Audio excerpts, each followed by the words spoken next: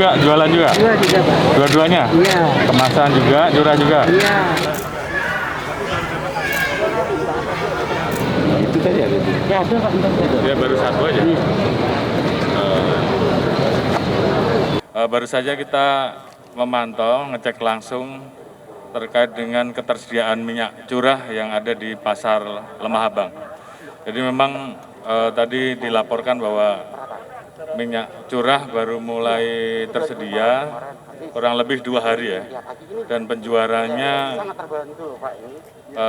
yang kemarin 2.500 dan sekarang 5.000 liter. Tadi kita sudah cek di produsen.